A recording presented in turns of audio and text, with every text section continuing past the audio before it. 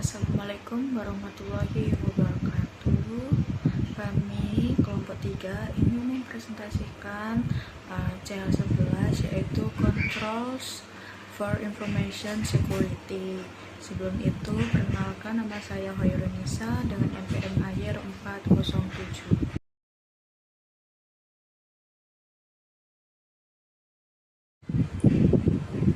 Three Fundamental Information Security Concepts. Ada 3 konsep dasar keamanan informasi. Yang pertama, security is a management problem.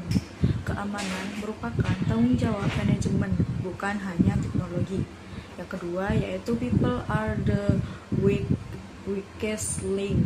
Banyak pelanggan keamanan terjadi karena kesalahan manusia. Yang ketiga, yaitu time-based model of information security. Keamanan bergantung pada kemampuan mendeteksi dan merespon serangan dengan cepat. Physical Access Control. Kontrol ini bertujuan untuk melindungi perangkat keras dan fasilitas fisik. Contoh kontrol fisik yaitu kartu akses, biometrik yaitu sidik jari atau retina scan, CCTV, alarm keamanan, ruang server dengan akses terbatas. Tujuannya yaitu yang pertama mencegah pencurian perangkat dan yang kedua yaitu mencegah sabotase sistem. User Access Control. Kontrol ini mengatur siapa yang boleh menggunakan sistem informasi ini. Komponen utamanya yaitu authentication, yaitu proses verifikasi identifikasi pengguna. Contohnya password, PIN, sama fingerprint.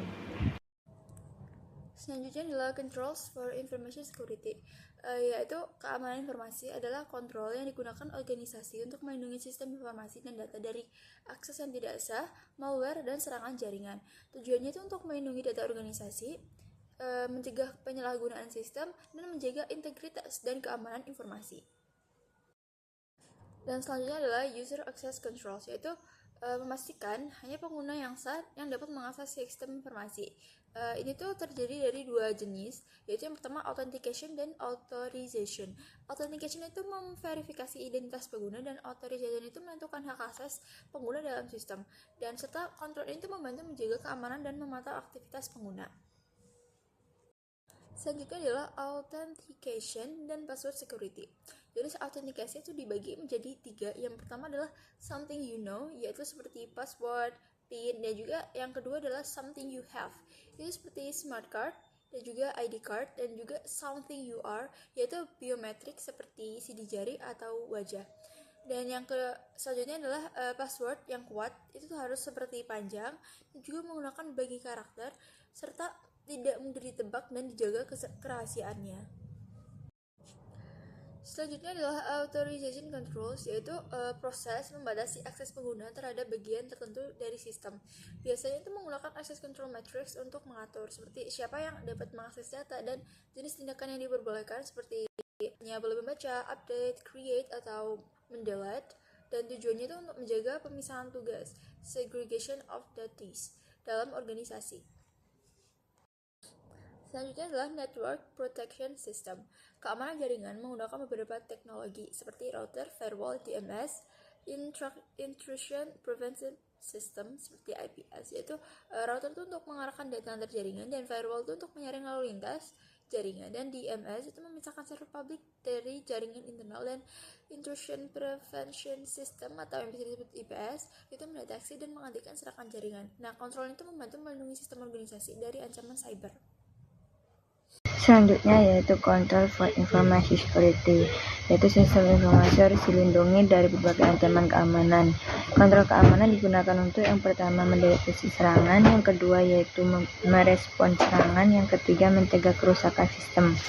Keamanan informasi penting untuk menjaga kerahasiaan, integritas, dan ketersediaan.